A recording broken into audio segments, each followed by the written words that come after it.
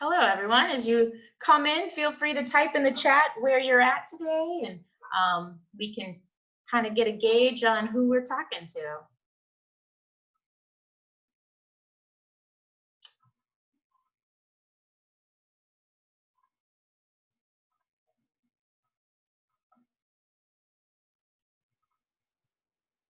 So fun to see all the names and everybody that's coming on. Thanks, everyone, for being here. Oh, Bray's here from the Philippines. It's been so long since we've seen you, Bray. Welcome.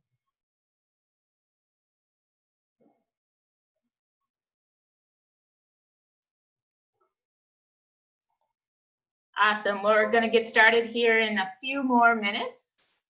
Feel free to type in the chat where you're from if you haven't done so already. Oh, we've got Australia represented, Prescott, Sacramento, Nashville, Ann Arbor, Austin, Edinburgh, Crystal Lake, Illinois, Calgary. Mary, we have people from all over. Little Rock, Arlington, Fort Worth. Great. Thanks, everyone.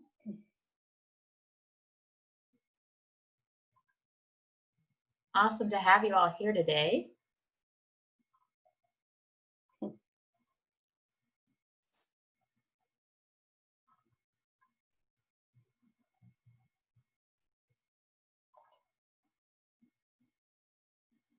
We'll give it a few more minutes and let people get logged on and situated. You're going to need a piece of paper and something to write with. So if you want to go ahead and get that, if you're not at your desk or if you're somewhere, we invite you to have that piece of paper and writing utensil close at hand, so you'll be able to participate. You don't have to show your drawing, don't worry. And Sherry, it looks like Lucinda has a question there. Awesome.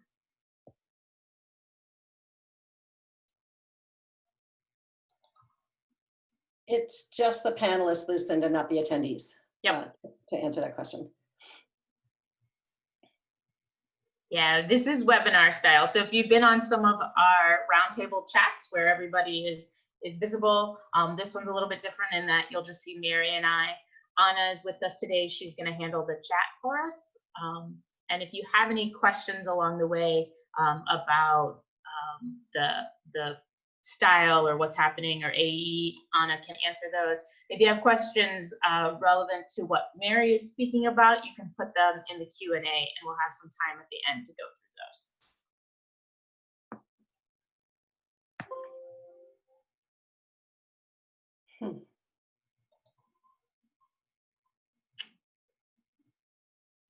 those. Toronto, more Edinburgh, wow. Hi, Amy from St. Petersburg. Amy and I used to work together.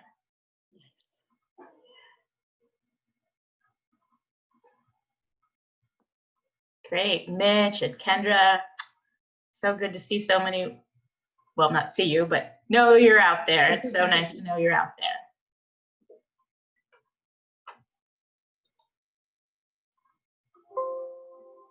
Awesome, we'll give it a few more minutes. I think we're right at 1 minute after. Still have some folks adding on.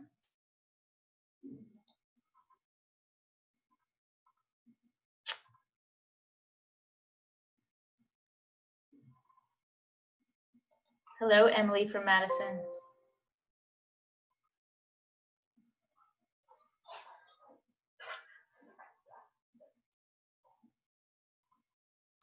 Well, great.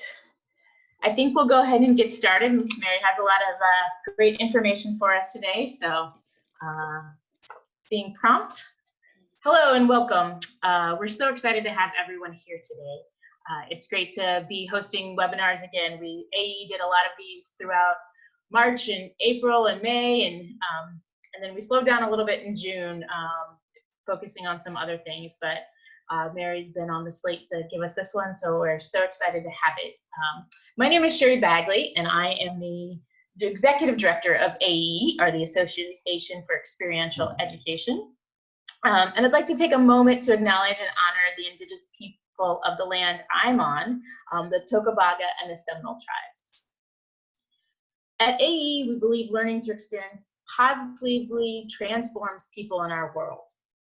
And we hold 6 values: global community, adventure and challenge, reflective leadership, the natural world, creative play, and social justice. Today, we are lucky enough to have a longtime AE member, volunteer, and former board president with us. Mary Breunig was honored with the Kurt Hahn Address, now the Marina Ewald and Kurt Hahn Address, and she is here with us today to provide some guidance for our social justice journey. Thanks, Mary. You can go ahead and take it away. Great. So if you didn't hear at the beginning, Sherry has invited people to grab a piece of paper and a pen, pencil, or marker, because we're going to be doing a couple of activities. So if you have like a full sheet of paper, that would be great. So my name is Mary. My preferred gender pronouns are she, her, and hers. And thank you for joining me for this hour. I wish to acknowledge that I am zooming in with you today from the ancestral lands of the Southern Maidu, the Miwok, the Nisenan, and Patwin peoples of Northern California. I find this first quote to be very hopeful, particularly during this immensely challenging historical moment in time. While I am not entirely pessimistic, I am not particularly optimistic either, but I am trying to remain hopeful. I try and breathe and image the hope-filled opportunities that lie before us. Let's just take a breath together before delving into this. Will you do that with me? So just take a breath in, and then a big exhale out. I need to believe in this particular quote now more so than ever. I want to be explicit about my assumptions in preparing and presenting this, including one confessional. First, the confessional. For those of you who don't already know, I am a bit of a tech Luddite. Sherry and Anna are monitoring the Q&A. Please post there, and I will make time at the end to respond to questions that emerge. I am otherwise presenting a PowerPoint, which is being controlled by Sherry, and a fairly heavily scripted presentation, which is not typical for me. So this is a bit more highly structured and kind of disembodied than anything I've ever done before. But I just want you to know that. So that if you see me looking down, it's because I'm reading from the script. And it's very hard to not be with you and to not be seeing you, but alas, it is what it is, so I'll do my best. That confession aside, I want to acknowledge my operating assumptions in presenting today.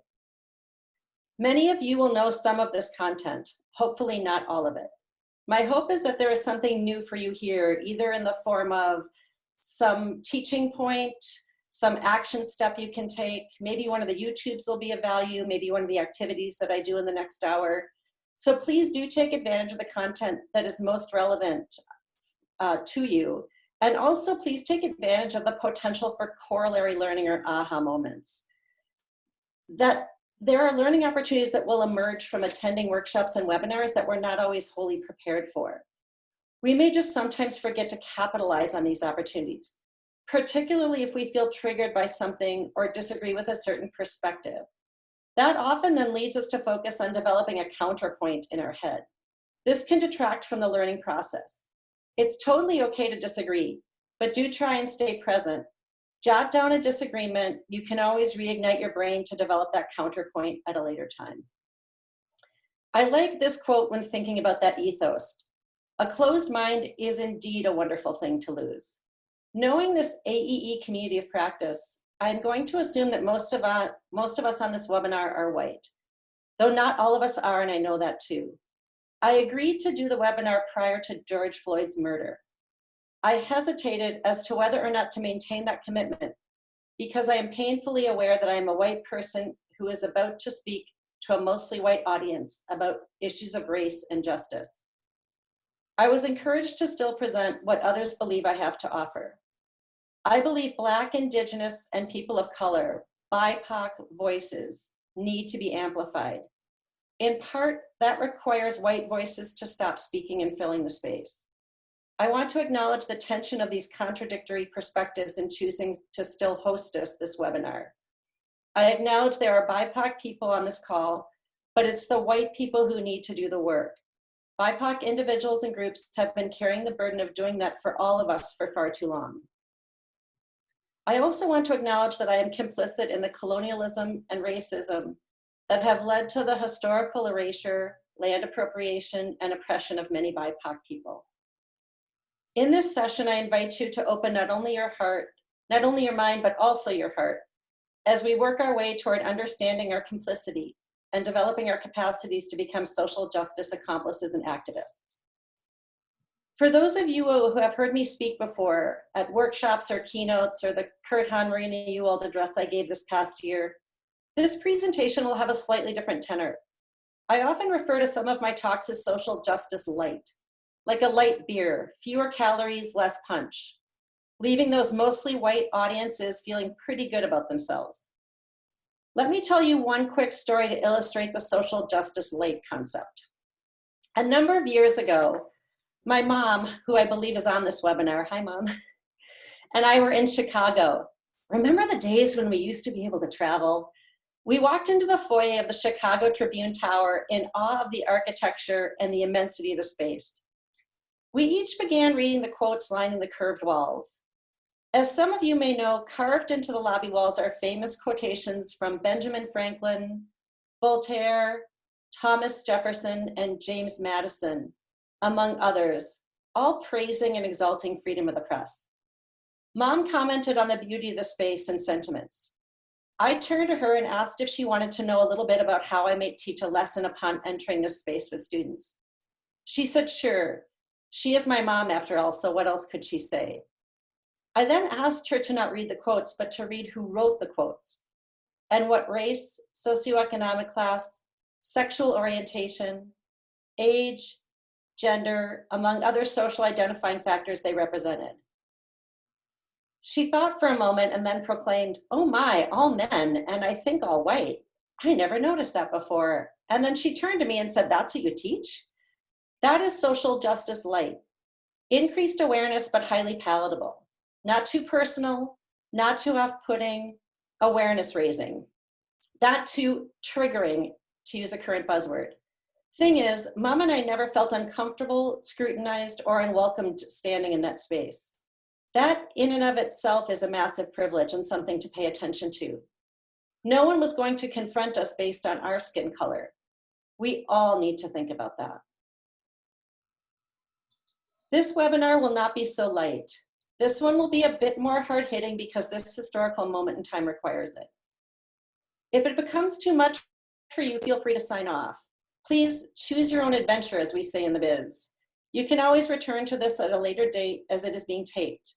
You can consume it in smaller chunks or consume only the chunks that seem useful to you at this time. Doing social justice work during this time of trauma is not an easy thing, but the world needs you now more than ever, and we can all do better. I need to do better. Here are two common monikers we are currently hearing. Now, let me be perfectly clear. We are not all in this together, and COVID is not a great equalizer. COVID and the murder of George Floyd are instead the great revealers, pulling back the curtain on North American and European class divide, exposing deep inequities and broken systems relevant to education, health coverage, distribution of opportunity and wealth, food security, environmental injustice, and much more. Shelter in place itself is a privileged construct based on the presumption that we all have a place in which to shelter. I'm getting a bit weary of the overused phrase, lean into your discomfort and the current challenges. Rather, I think we need to leap in. No more leaning in. So grab hold, buckle up, and let's get into some of this. Here are the basic operating principles, which I hope we can agree on. I'll let you read the definitions.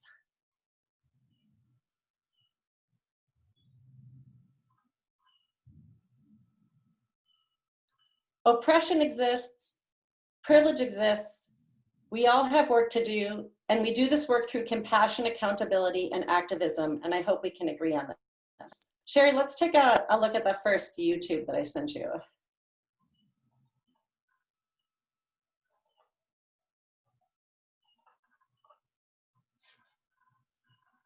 This is an awareness test. How many passes does the team in white make?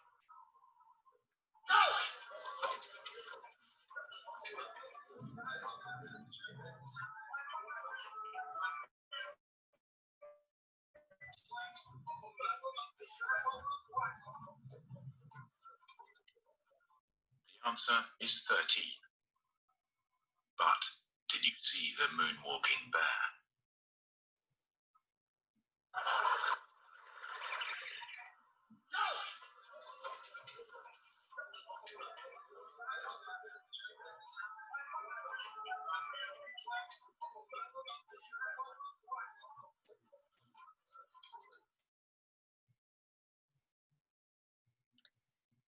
It's easy to miss something you are not looking for.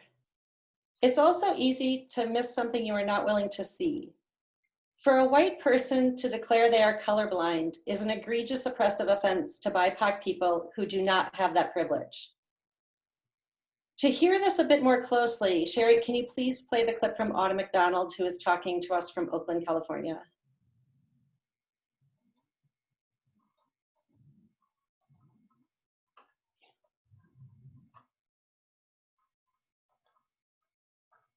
It's been like nails on a chalkboard every time I hear people speak of colorblindness. I abhor the term an alleged practice.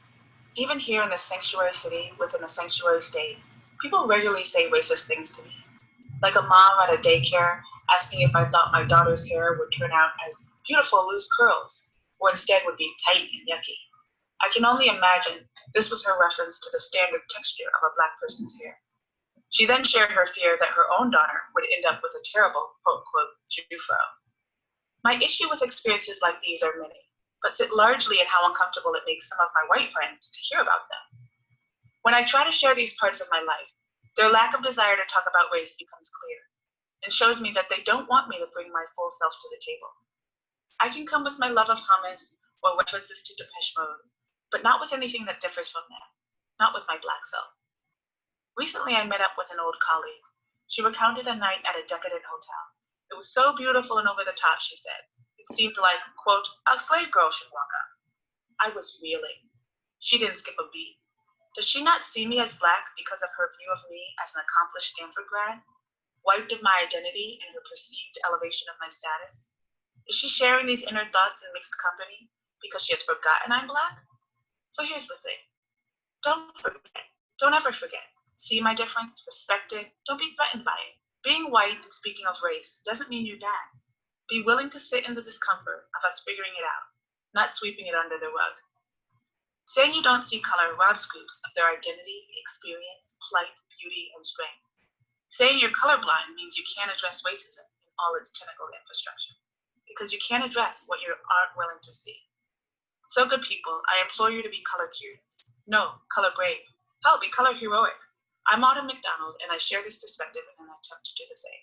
Support for perspectives comes from Leif Cabraser, Hyman, and Bernstein, seeking justice for the injured, victims of fraud, whistleblowers, employees, and investors in the Bay Area and nationally for over 4 decades. Online at lch.com.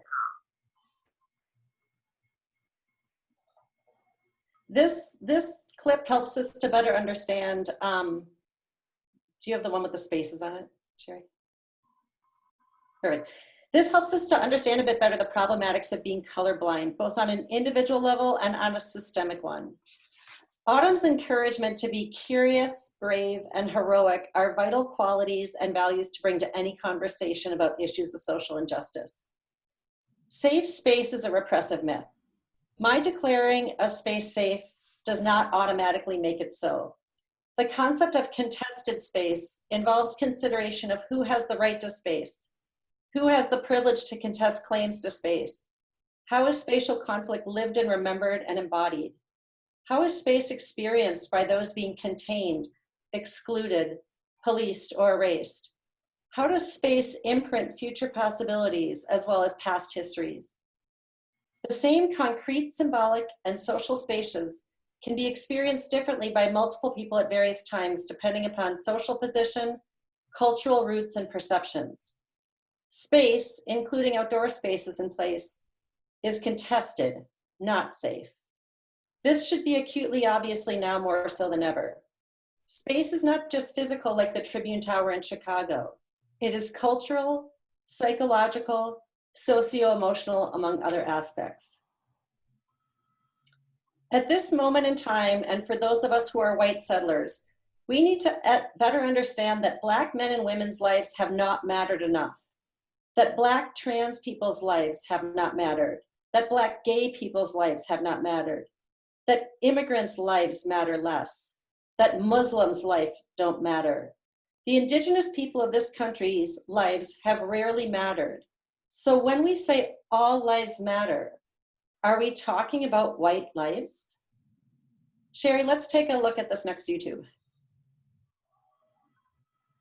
Privilege, and Andy has white privilege, and your wife, Allison, has white privilege. I love the video that y'all did together. Can we share that? Do you mind if we show that, what you and Allison did? Okay. Check your privilege edition. Put a finger down if you have been called a racial slur. Put a finger down if you've been followed in a store unnecessarily. Put a finger down if someone has crossed the street to avoid passing you. Put a finger down if you've had someone touch their purse in an elevator with you. Put a finger down if you've had someone step off of an elevator to keep from riding with you. Put a finger down if you've been accused of not being able to afford something expensive. Put a finger down if you have had fear in your heart when being stopped by the police. Put a finger down if you have never been given a pass on a citation that you deserve. Put a finger down if you have been stopped or detained by police for no valid reason. Put a finger down if you have been bullied solely because of your race. Put a finger down if you have been denied service solely because of the color of your skin. Put a finger down if you've ever had to teach your child how not to get killed by the police. Any fingers left? That's privilege. That was awesome, Twitch. I would have put a finger down on all of those, just because the first 10 applied, but then the next 2 did as well. Yeah, you said that it started conversations with Allison that you've never had. Absolutely. The conversations that Allison and I have had now that she had deeper conversations of race and talks about in-laws about it now, much deeper level. You know, these conversations are incredibly valuable.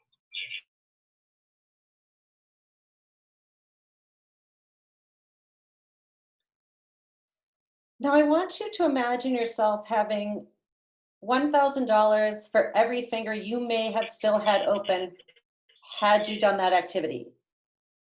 I want you to think about how and where do you want to spend that asset, that privilege. I'm asking this both figuratively and literally. Ask yourself, where are you literally shopping? Amazon, Hobby Lobby, Walmart, Chick-fil-A. Do you know the politics of the places that you purchase from? Do you know the politics of the financial investment companies you invest in? Do they have a view toward Black Lives Matter? Let's take a look at how discrimination functions. Factors such as those on this list provide us with social identifying descriptors relevant to our own social positioning in this conversation. We will do something more with this in a moment, but just take a quick look at some of these social identifying factors.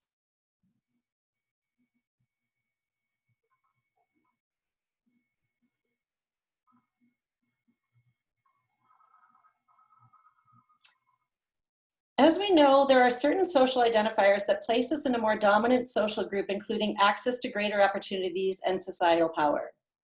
How does social position and social identity function to privilege certain individuals and groups and oppress others generally? We'll just take a look at this table.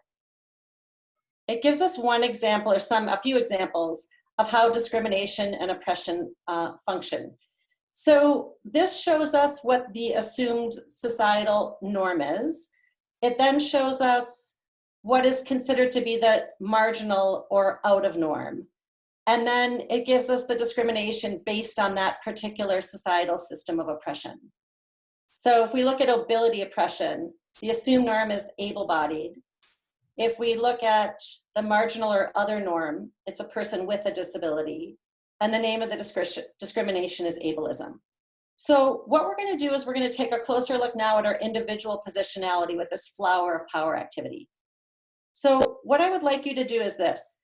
Take the paper, pen, crayon, marker, whatever it is that Sherry asked you to have handy, and I want you to draw something similar to how this flower looks. 3 layers of petals. The inner circle are the generic social identifying factors from the previous slide. There may be others that are resonant for you but not listed here. Please include those. Right into those inner flower petal circles, all those general generic social identifying factors. Next, make 2 more sets of petals as illustrated in this drawing. In the middle section, write your personal social identifying factor. For example, if your race is white, write white. And then in the outer petal, write the European North American societal normative identifying factor, as shown in the illustration. Another example is ability level, able-bodied privileged, male as a privileged biological sex.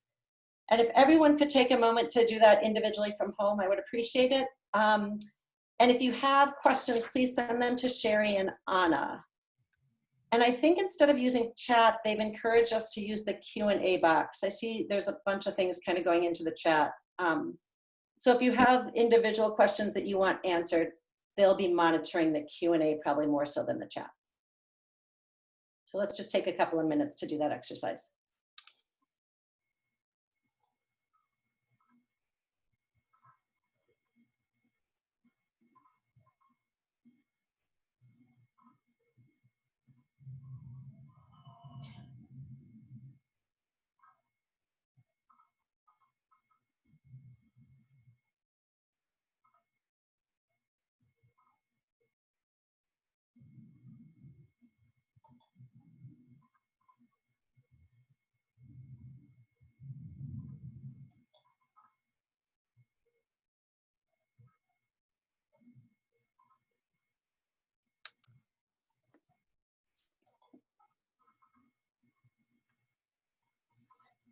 Mary, is the photo credit at the top, the web link, is that where they can find this? Yep.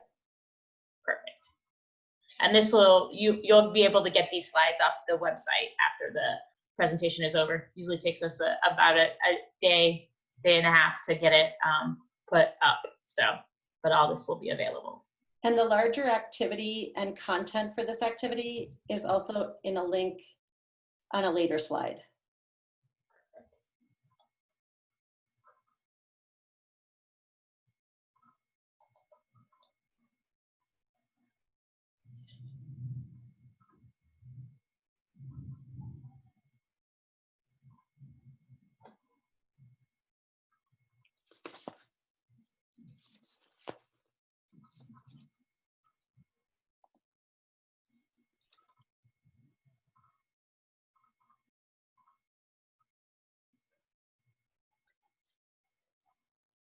So as you continue to annotate this, many of you may become more aware of the individual privilege and societal agency and power you hold based on your own social identifying factors. Important to recognize in all this is that social identities and the inherent privileges of those are unearned benefits. You can flip there, Sherry. Yep. These unearned benefits are ones that you're born into. You didn't go out and grab them, right? You were born into them. In fact, the construct of privilege and the assignation of who holds power and who is denied it is a white male heterosexual upper class historically constructed narrative. These men are not bad, but the constructive narrative they co-authored was one that provides them with a highly privileged and preferential position in society. Privilege itself can thus be seen as fairly arbitrary.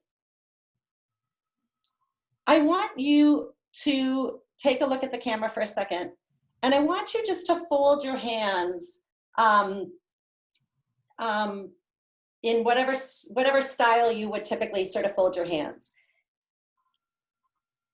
Most likely, about half of you have your left thumb on top, and the other half have the right thumb on top. This is fairly typical when I do this exercise in person. Now, imagine if I arbitrarily assigned those of you with your left thumb on top all the privilege and societal power, and those of you with the right thumb on top very little. Unearned and arbitrary are important, as you did not go out and take privilege, but you do need to acknowledge that you have it and do something proactive with it. What I want you to do now is refold your thumb with the refold your hands with the opposite thumb on top. I'm guessing this feels very uncomfortable. Conversations about social injustice are equally uncomfortable because it's personal and it challenges our normative ways of being and former habits. This leads us to often feel complicit, and part of the work that we need to do is acknowledge that we indeed are complicit. So with that individual understanding, let's now consider the communities we live and work in and the larger society in which we function.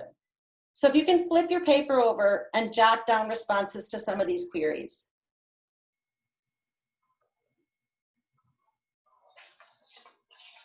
I want you to think about your 10 closest friends. And again, you can do this in your thoughts. You don't have to write this down. I'm not going to ask you to hand in your papers at the end.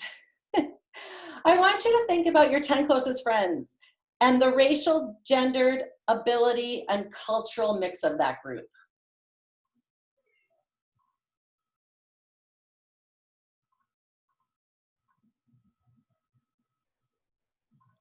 I want you to think about the TV shows, the movies, and the social media you consume, and who is represented in those sources of media.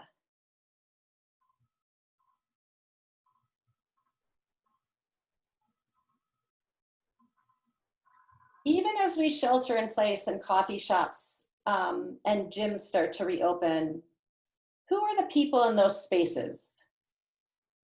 Who are the people in your neighborhood if you go for a walk? Who are the people at a patio side table if you walk by a coffee shop? What is the membership of your gym like? What is the composition of your coworkers? If you attend a weekend event or concert, as we used to do, what is the group composition of those individuals? You know, essentially, kind of what I'm asking is, what is the percentage of the day that you spend with people of your own racial identity? How much are you talking about racism? Who are you engaging with on those issues? Who are you choosing not to engage with? Are these things you're even thinking about on a daily basis?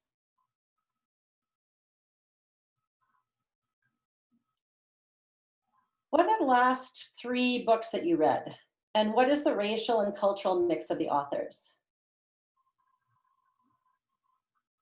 For those of you that were at the Kurthan Marina Uwald talk that I gave this past year, you may remember my 19-year-old nephew Brady introducing me.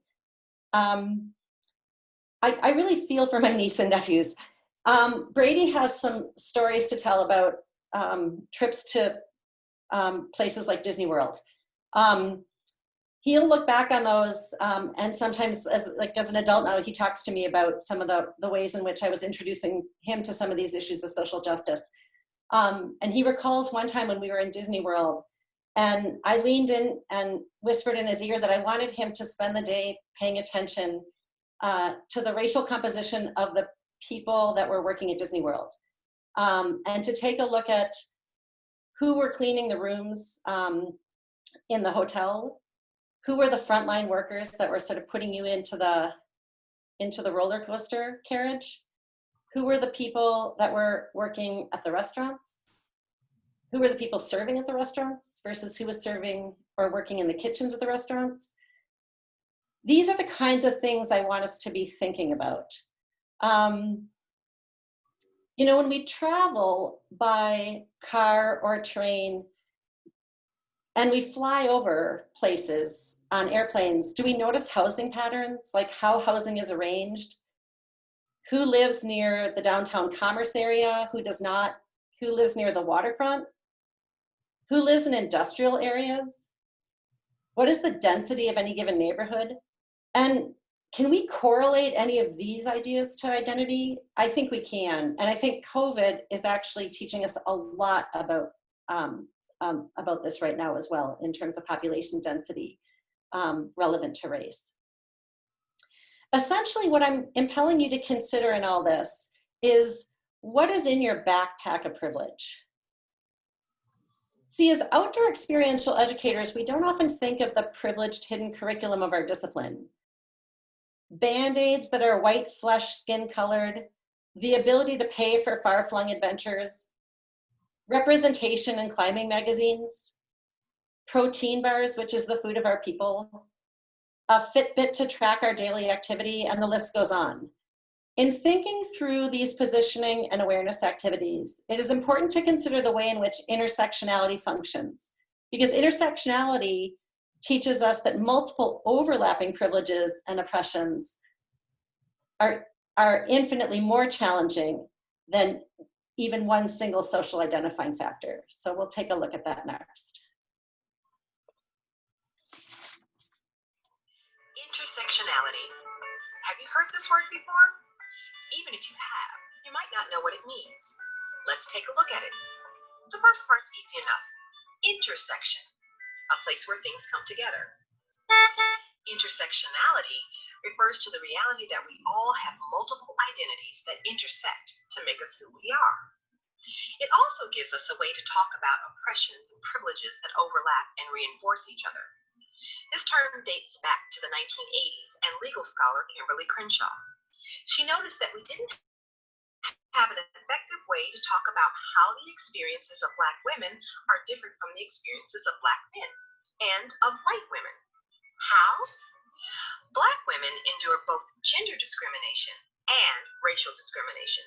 Over the last 30 years, scholars, educators, and activists have expanded the use of the word intersectionality to talk about identities beyond race and gender. Let's look at a few examples. Jerry has a disability, and his family lives below the poverty line. He is the oldest of 10, which requires him to do a lot of caregiving, and sometimes keeps him out of school. No one in the school counseling office has talked to Jerry or his parents about his plans for after graduation. He has applied for several jobs, but never gets called back. Fatima is Muslim and recently came to the United States from Somalia. She finds that many people at her school make assumptions about her values and abilities before they speak to her. Many of her classmates think she shouldn't be at their school at all. Greta comes from an affluent family. Both her parents and grandparents went to college, and her father owns a successful business. She doesn't think about her identity very often, but she does think of herself as someone who will go to college and get a good job once she graduates. Think about Greta's situation as opposed to Fatima's or Jerry's. Fatima and Jerry are members of marginalized groups. They don't get to choose whether or not to think about their identities. Greta, on the other hand, can ignore intersectionality if she wants to. Life isn't the same for everyone, even for people who share identity characteristics.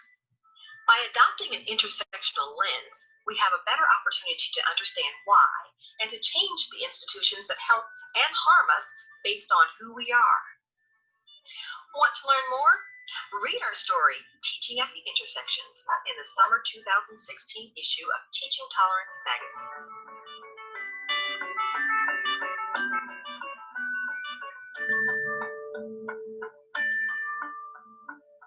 Great. And all this is really just giving us a little glimpse into the tip of the iceberg. So social identity is based on what we can actually use our senses to understand. But that tip of the iceberg, also known as sort of surface culture, belies what lies underneath. And part of identity and culture, a very small part, like 1/10, is above the water and visible. but 9/10 of culture is most often hidden from view and is essentially kind of out of awareness. And even just knowing how much is out of awareness helps us as individuals with awareness. So I just want you to take a look at this for a moment so you can see all that lies beneath.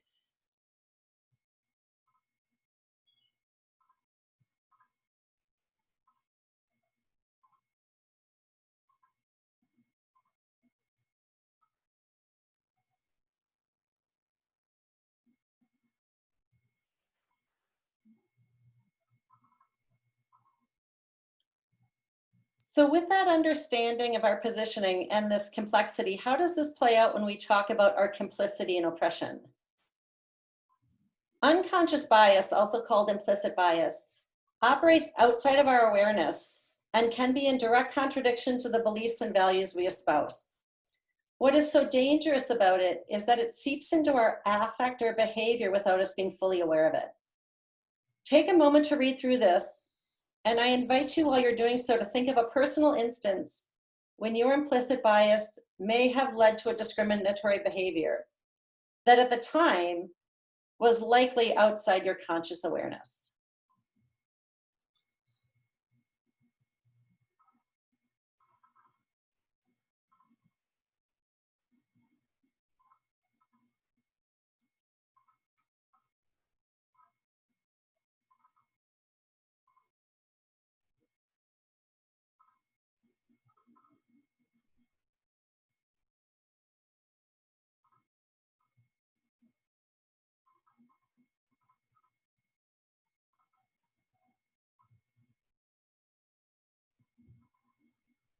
All right, Sherry.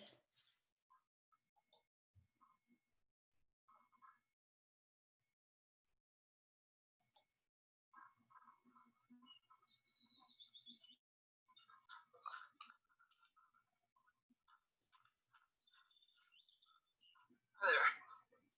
Hi. Nice day, huh? Yeah, finally, right? Where are you from?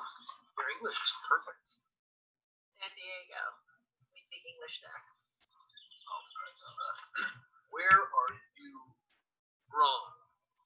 Well, I was born in Orange County, but I never actually lived there. Before that.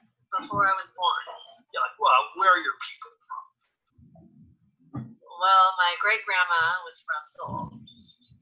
Korean. I knew it. I was like, she's either Japanese or Korean. But I was leaning more towards Korean. Amazing. Yeah. I'm trusting. There's a really good teriyaki barbecue place in my apartment. So I actually really like kimchi. Cool. What about you? Where are you from? San Francisco. But where are you from? No, I'm just American. Really? You're Native American? No, just regular American. Oh, well, I guess my grandparents are from England. Oh, well.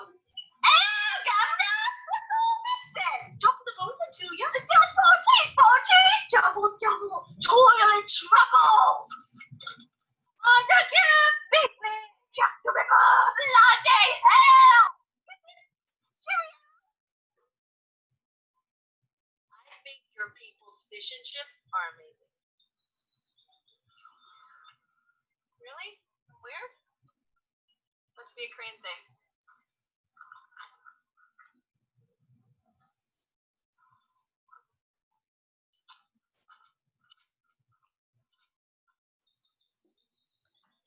This clip provides a great example of an implicit bias and also exemplifies the way in which microaggressions work. Microaggressions are those everyday verbal, nonverbal, and environmental slights, snubs, or insults which communicate derogatory messages to target persons based solely upon their marginalized group membership. The good news about all this bad news is that implicit biases are malleable, and we can commit ourselves to not being microaggressors. Our brains are incredibly complex, and the implicit associations that we have formed can be gradually unlearned through a variety of debiasing techniques. Thing is, the having of good intentions is insufficient. We must deliberately unlearn and essentially form new brain habits. I like to use Beverly Tatum's moving walkway metaphor. Visualize the ongoing cycle of racism as a moving walkway at the airport. Active racist behavior is equivalent to walking fast on the conveyor belt. Passive racist behavior is equivalent to standing still on the walkway. No overt effort is being made, but the conveyor belt moves the bystanders along to the same destination as those who are actively walking. Some of the bystanders may feel the motion of the conveyor belt, see the active racists ahead of them, and choose to turn around. But unless they are walking actively in the opposite direction at a speed faster than the conveyor belt, unless they are actively anti-racist, they will find themselves carried along with the others. I recently heard someone refer to asymptomatic COVID as the equivalent of passive colorblind complicity. Most of us are bearers and carriers of racism and don't even know it, in a manner similar to having COVID, but being symptom-free. You are putting others at risk and at harm still. And we need to think about that. On the 4th of July, my biking pals and I went for a 40-mile road ride. Having lived in Canada for 19 years, I think I sort of forgot about the significance of that holiday here. One woman asked if I wanted to fly a USA flag bandana off of my helmet as they were all doing. I politely turned her down. The reason I did not wear the flag is because I cannot see the 4th of July or Canada Day, for that example, as a day of independence. Independence and freedom for who? All men are created equal? Men only? And are they? The answer is clear. This holiday, among so many others, is another reification of white upper class, Christian, able-bodied, heterosexual male supremacy, declaring supposed freedoms for all that are simply not true and equitable. We need to be thinking expansively about our habits to form new brain habits. We need to move beyond allyship to accomplice-ship. Maybe in the 80s and 90s, we were comfortable doing things like bearing witness and showing empathy and being allies. But we need to do better in 2020. An ally may engage in activism by standing with an individual or group in a marginalized community. An accomplice will focus more on dismantling the structures that oppress that individual group. And that dismantling work must be directed by the stakeholders in the marginalized group. Let me repeat that. The members of the marginalized group provide the directions, not the allies and accomplices. Uzodinma Iwelia spoke with NPR this past weekend about his experience at a protest in Prospect Park, Brooklyn, observing several well-intentioned white people who centered their protest signs and slogans on white people, including defund white supremacy and white supremacy is the real virus. He urged us in his talk to remember that protests are about Black Lives Matter, not white ones. Be an accomplice. Show up and take direction from BIPOC people as to what supporting those groups means to them, not your own well-intentioned ideals about support. I think of the platinum rule. Many of us grew up with the golden rule. The principle is treat others as you want to be treated. The platinum rule is treat others as they want to be treated, and take the time to find that out. We need to amplify Black voices and take actionable activism. While there was no recipe to follow, I wanted to offer some examples and resources, and some of those very specific to the community of outdoor experiential education. You don't need to rush to write this all down. They're super text-heavy slides. Don't ever teach the way that I'm about to show these slides. They'll be available on the AEE website, but I wanted to provide a wealth of examples just so that you could see a little bit more some of the actionable things that we can be doing to become accomplices. So Sherry, if you can just click through these really slowly, and or at whatever pace you want, Sherry. But I'll just let you sort of read them yourselves.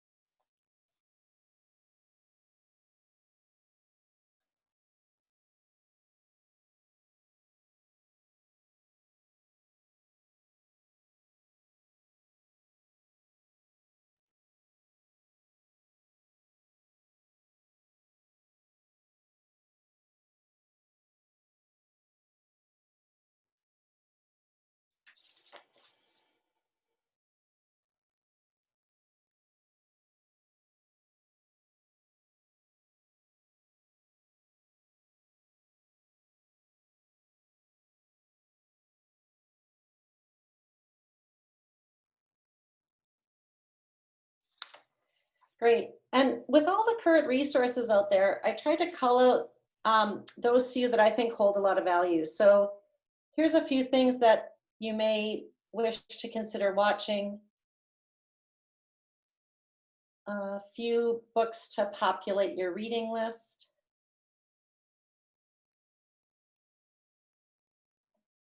Podcasts to listen to. And then I pulled out some additional like self-education resources to sort of continue to sort of position yourself and understand your own biases. Some actionable things that you can do. If you haven't yet done the 21-day challenge or haven't yet heard about it, that's wonderful. A wonderful opportunity to work on building new habits. And then finally, before taking questions, I just wanted to cycle back to hope. With an encouragement to make choices that reflect your hopes, not your fears. We are living through incredibly fear-filled times and a time of fairly significant trauma. With our agency, privilege, and capacity for resiliency and tenacity, I really implore us to try and make choices that reflect that which we hope for and envision, rather than that which we fear. Thank you so much for taking time out of your day to be with me. With my whole heart and my entire being, I miss seeing you and being with you and embracing you. And I know you're out there. I will turn to Sherry and Anna for questions. Mary, thank you so much. And we are going to, I'm going to actually go back to some of these so people can take a look at them if they want to while we're there. And then in the questions, I see one in the Q&A. Bravo, Mary. That one's an easy one to handle. Mary, there is a question from Keely in the chat box. I see it. How to approach a white savior, someone who has good intents but does not think of their long-term impacts on a community.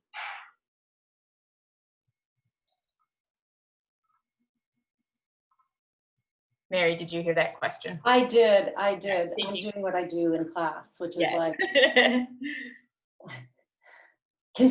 does somebody else have ideas? What a great question. How to approach a white savior? Well, so I think, we're living in interesting times to tackle these issues, because the question, I think, one of the essential questions, I think, is like when I'm doing social justice work, I always ask myself, is this a difference that makes a difference? So whether I'm the person who's going to address the perceived injustice, or whether I'm going to sort of confront somebody else about my perception of their approach to justice.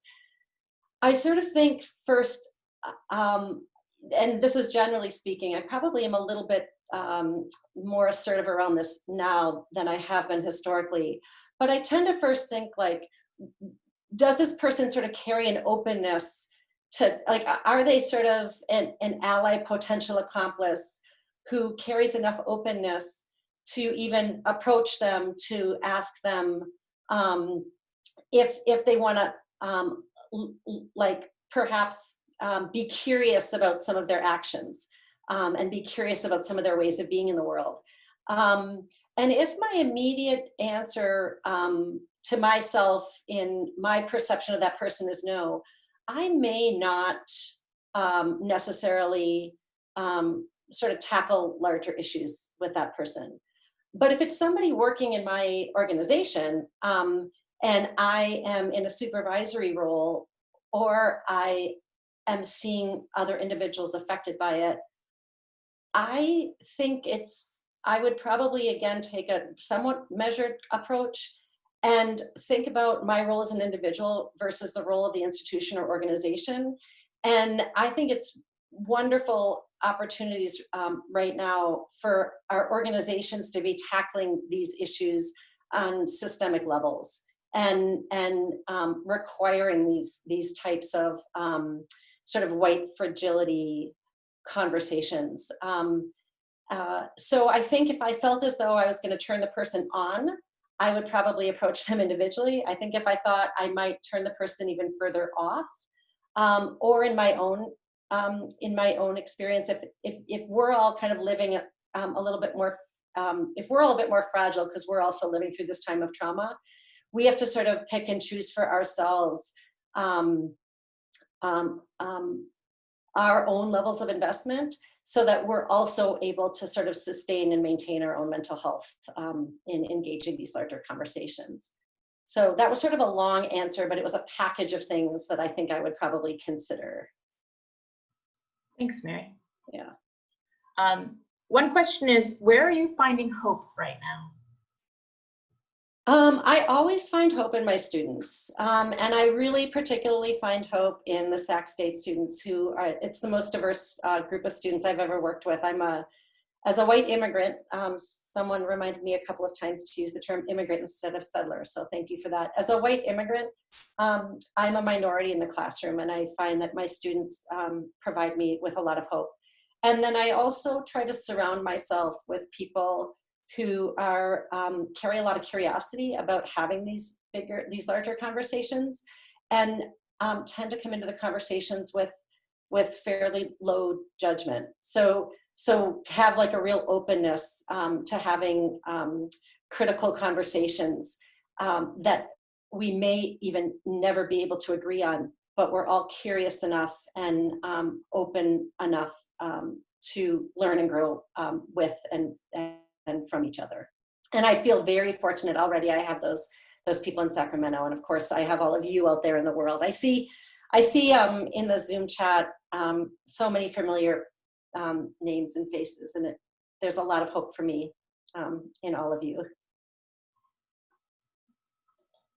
And Mary Ann, to answer your question, we had about 140 people on the call today, so I'm glad that gives you hope. Yeah, it does. Another question for you, Mary, is, let me try to get back to the ones. Given that outdoor experiential education will change as a result of COVID, what role do you think outdoor programs could have in promoting social justice? Well, wouldn't it be super nifty if we could get Betsy DeVos on the phone and be like, Betsy, take the classroom outdoors. I see this as a pivotal moment and holding potential for the way in which education, the system of education, sort of gets defined, refined, based on the current conditions. And I'm seeing that a lot of like schools in Denmark and stuff like that are teaching predominantly outside. And we all know the value of that. And we all know the value of being able to teach outdoors and teach every topic outdoors. It's not just nature-based learning that happens outdoors. You can teach physics and math lessons and like the full sort of curriculum outdoors. And I wonder if there will be some movement toward that with COVID. And I wonder what AEE or other educational organizations, what role we can play to help support those initiatives. And in terms of social justice education, the way that I see education is all education should be socially just.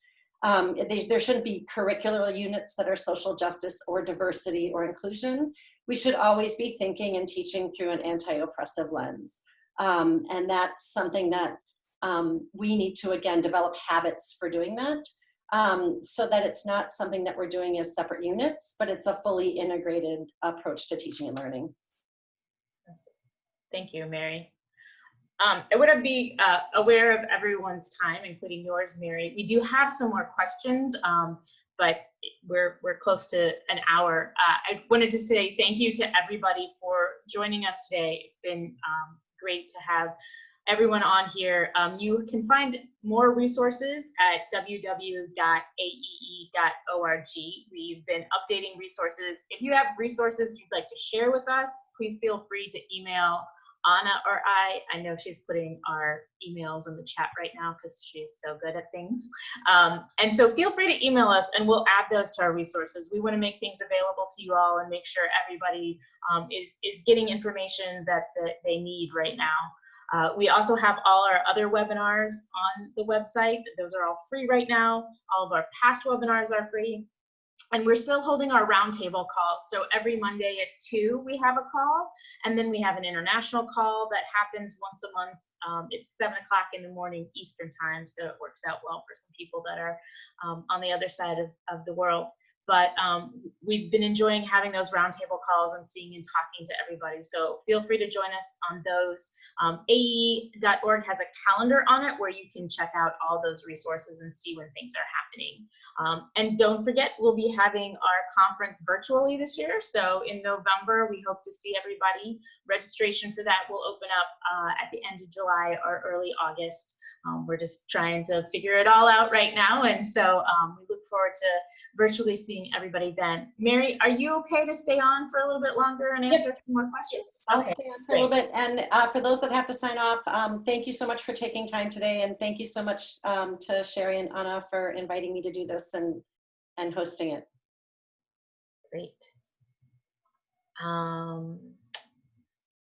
Let's see. There's a lot of questions now. Could we talk further about being uncomfortable? There are different aspects to uncomfortable in the range. What words would you apply to your experiences of discomfort?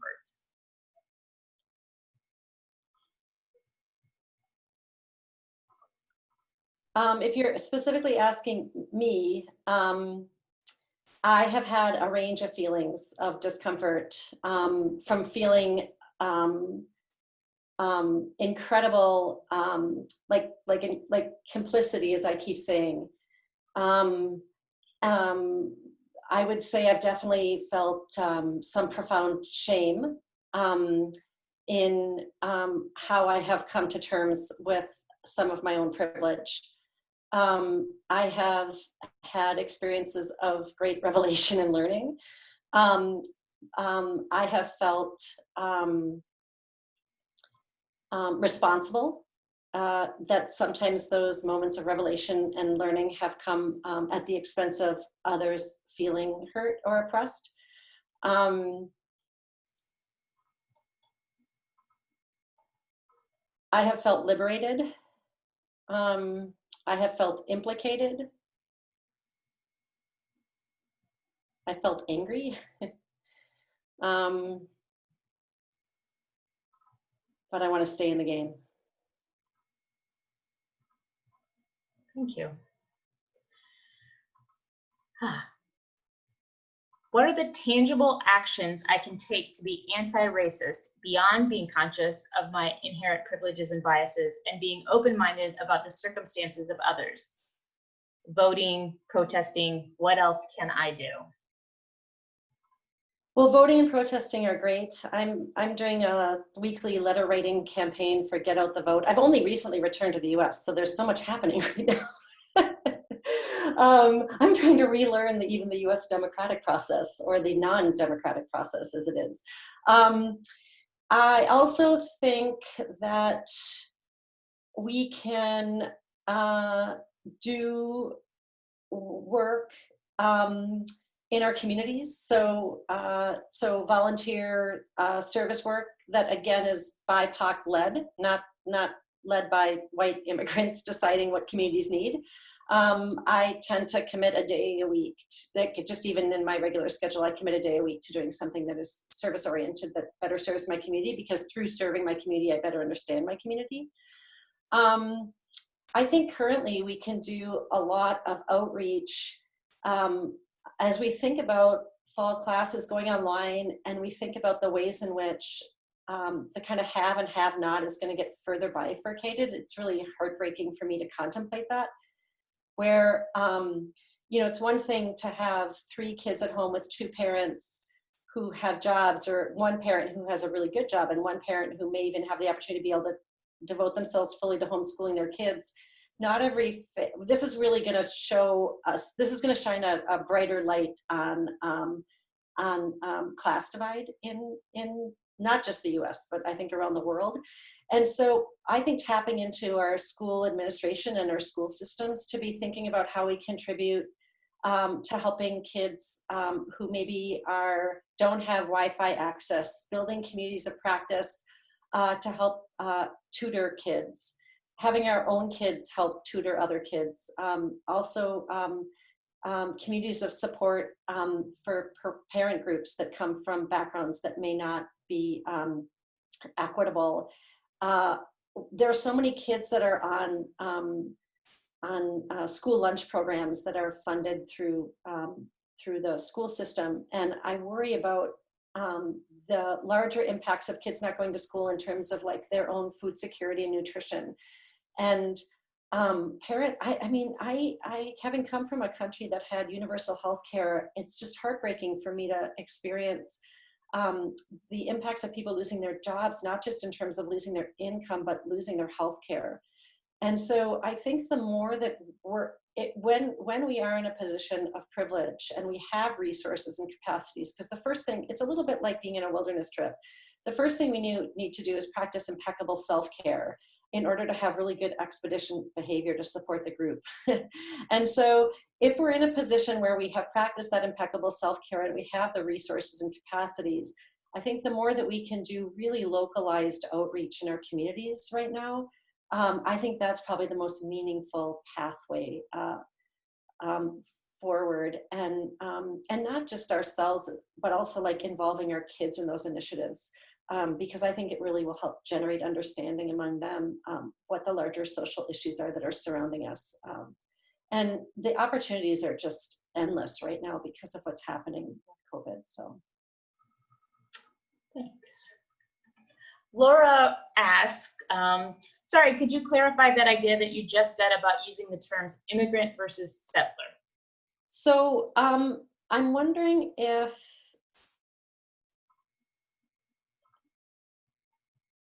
I'm trying to find who put it, somebody put it in the chat box twice. I don't know if he's still on.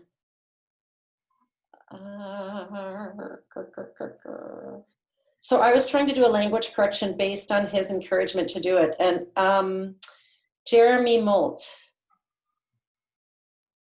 I don't know if he's still on. Jeremy's still on. What's that? He is still on. Oh, great. Jeremy, can you chat us up here and fill us in? You can allow him to talk too. Oh, great. Jeremy, if you would like to answer that question, send us in the chat that you would like to talk.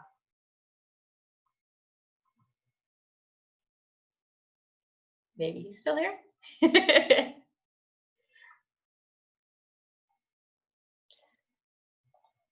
I'm going to move on to the next one. Okay, and I think probably what he's suggesting is that as people from a European background, we have emigrated, not just like settler. I think might even have colonial undertones in ways that an immigrant acknowledges that we're actually the ones. We are not the first peoples that were here. So I think that may be what he's getting to, but I don't have the fuller picture. I just was responding as I was going to his encouragement to use that term. Thanks. Yeah. Bob asked, have you found any creative experiential ways of developing resilience to the racial discomfort that white folks typically run up against early in their journeys? I'll read that again. Have you found any? Is it Bob Montgomery? Yeah. Hi, Bob. Have you found any creative experiential ways of developing resilience to the racial discomfort that white folks typically run up against early in their journeys?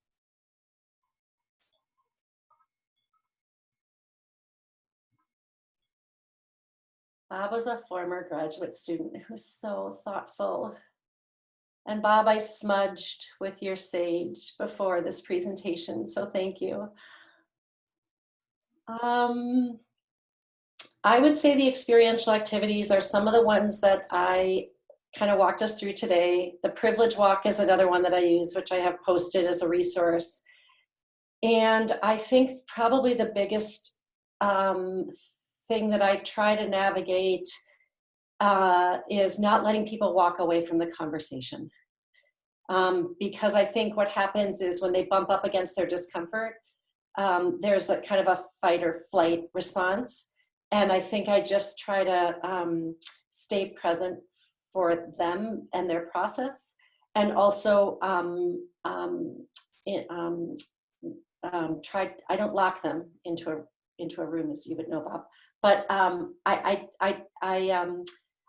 don't let them off the hook very easily. I try to keep them in the conversation, whether or not it's that day or something that we subsequently follow up on. And I try to do so by maintaining my own openness, my own open heart, around their kind of place on the experiential continuum and their readiness to delve into these things, and try to acknowledge that my expectations may not be commensurate with where they currently are and what their current needs are. Great. Thank you. If you have any more questions, please type them into the Q&A. I think we're coming to the end of those right now. Deborah did say, thank you for expanding on the words and experiences to describe uncomfortable. Well done, and I do think this would be a good exercise for folks to do. It did not occur to me to ask this question until this session. Thank you for this inspiration in my next. So,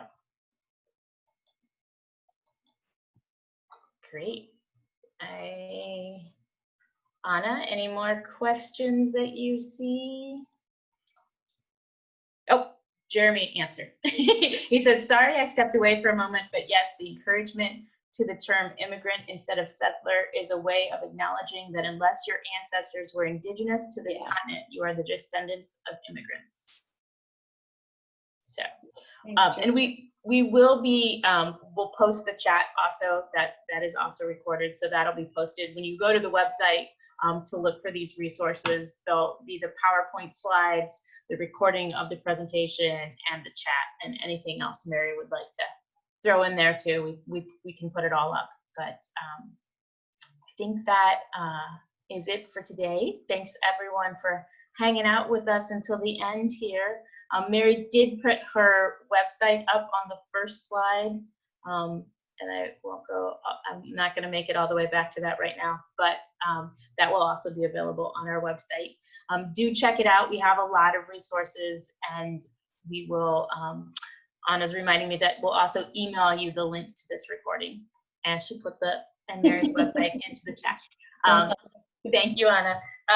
But yeah, I look forward to seeing everybody at our next roundtable or one of the webinars, and definitely our upcoming conference. Thank you all.